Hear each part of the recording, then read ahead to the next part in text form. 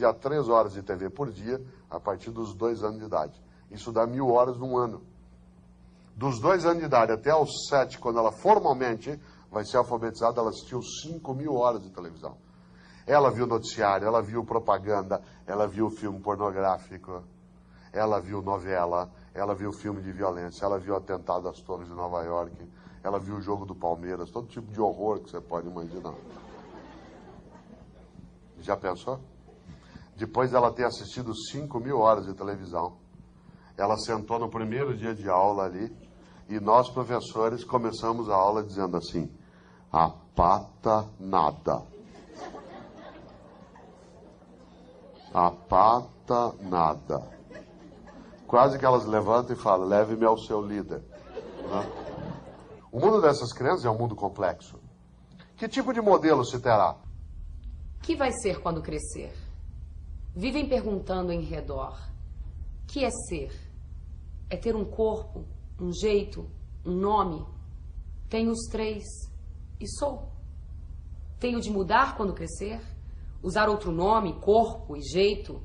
Ou a gente só principia a ser quando cresce? É terrível ser? Dói? É bom? É triste? Ser. Pronunciado tão depressa e cabe tantas coisas. Repito: ser, ser, ser, Que vou ser quando crescer? Sou obrigado a... Posso escolher? Não dá para entender. Não vou ser. Não quero ser. Vou crescer assim mesmo, sem ser. Esquecer. Quero eu ser como meu pai?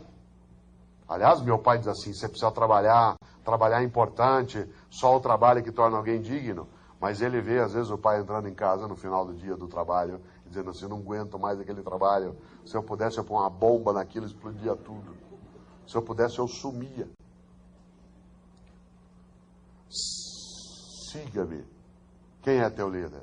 Ou ela vê a mãe, olha que coisa, vê a mãe reclamando, mas a mãe reclama, o pai reclama, mas diz assim: não aguento mais essa vida. Por que eu fui ter filho? Claro, você diz assim: mas isso mães sempre falaram. É que mães às vezes falavam isso, mas vez ou outra até conviviam conosco, assim como alguns pais. Mas isso hoje, falado em alguns momentos específicos, parece que você vai carregar toda aquela força. Como é que era a sala da minha casa há 35 anos? E eu não vou falar isso para a gente voltar ao passado. Eu vou falar isso apenas e tão somente para a gente ver alguma coisa que se perdeu. Como é que era a sala da minha casa em Londrina, que é a cidade onde eu nasci, embora eu moro em São Paulo, há 35 anos? Era assim, ó. Aqui tinha uma mesa com cadeiras em volta, se essa aqui fosse a planta baixa. E sabe o que a gente fazia nessa mesa? Se eu contar, você que é mais jovem não vai acreditar. A gente almoçava. Não sei se você sabe o que é isso. A gente almoçava. Aliás, almoçava e jantava. Pais e filhos se encontravam, tomava banca, dava risada, aprendia no começo sem saída, ouvia a história da família. O pai às vezes era autoritário, mas convivia. Como toda convivência, tinha conflito.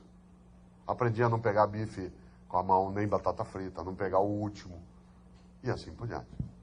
Aqui nessa parede, minha mãe tinha uma guarda-louça, que São Paulo chama de cristaleira, né, onde a gente guardava, ela guardava tudo que tinha ganho no casamento para usar num dia especial, que nunca chegou, né, e que com o tempo ela foi distribuindo para filho, neto, etc. Aqui tinha uma área de circulação, a minha família é de formação católica, aqui tinha um altarzinho com a imagem de Nossa Senhora. Aqui tinha uma poltrona, aqui tinha outra, aqui tinha outra, aqui tinha a cadeira de balanço do meu pai com o rádio. Se eu contar, você não vai acreditar. As poltronas ficavam de frente umas para as outras. Sério. Sabe por quê? Porque a finalidade é que as pessoas se vissem. Aliás, sabe o que a gente fazia à noite? Se eu contar, você não acredita. A gente conversava. Vizinho era bem-vindo. Outro humano era bem-vindo. Quando o outro humano chegava, a gente se alegrava. Porque o outro humano era uma possibilidade de uma vida. Crianças se animavam quando o outro humano chegava. O vizinho chegava porque ele contava história, trazia novidade. Hoje, parênteses, outro humano é um transtorno. Aliás, você diz assim: olha, eu quero ir para casa hoje à noite, quero chegar lá, não quero ver ninguém, falar com ninguém, encontrar com ninguém. Muita gente diz isso, inclusive. Vocês vão ver uma coisa, tá? Eu estou aqui com vocês, durante 10, 12 anos trabalhando, convivendo, mas vocês vão ver uma coisa, se eu ganhar sozinho na cena acumulada, se eu ganhar 20 milhões de reais na cena acumulada, eu sumo. Nunca mais vocês vão me ver. Essa expressão é uma expressão que vai sendo ouvida. Você sabe que tem gente que, na época que tinha blackout, não os produzidos, a CPFL não tem responsabilidade, claro. Mas quando houve aquela série de blackouts no ano retrasado, lembra você? Né, pelo país afora, quando as estruturas desligavam, teve família que entrou em pânico, porque não sabia o que fazer à noite. Não sabia, porque toda a relação é mediada por eletricidade. E de repente, você tinha essa circunstância, os filhos vieram assim e falaram, mãe, não tem luz, o que nós vamos fazer? Ah, vamos dormir. E aí lá vão 5, 6 humanos, cada um com história, desejo, projeto, sonho. Cada um com possibilidade de cantar um pouco para o outro, fazer uma poesia, contar uma história, dar risada. E vão dormir. Um dia, há 35 anos, numa sexta-feira, no fim da tarde, meu pai chegou e tocou a buzina do Jeep. No Paraná se usava Jeep naquela época. E quando ele tocou a buzina do Jeep, nós fizemos o que a gente fazia todos os dias. A gente corria para abraçá-lo, os filhos. Aliás, houve uma época na história humana que quando os pais chegavam, os filhos corriam na direção dos pais. Certo? É sério. E nós corremos para abraçá-lo. Com qual finalidade? Porque a gente tinha um sentimento de gratidão. Primeiro corria para abraçar e depois reclamavam de um outro irmão. Mas a gente corria porque a gente tinha um sentimento de gratidão. Que vinha da onde? Do fato de que ele trabalhava e nos sustentava. Hoje, atenção, no mundo da criança, a ideia de gratidão ela é muito escassa. Inclusive porque ela é assim no mundo dos adultos. Raramente você ouve a palavra obrigado. Tudo é obrigação sua. Tudo você devia ter feito. Agora, cuidado, hein? Eles não nasceram prontos. Como ninguém nasce pronto, tem alguma coisa estranha aí no meio. Alguma coisa nós fomos construindo nas relações que os contaminou também. E essa contaminação se deu na ideia de que você é um servidor. Aliás, em breve, as relações pais e filhos podem ser mediadas também pelo Código do Consumidor. Certo? Prestação de serviço. Contrato de prestação de serviço.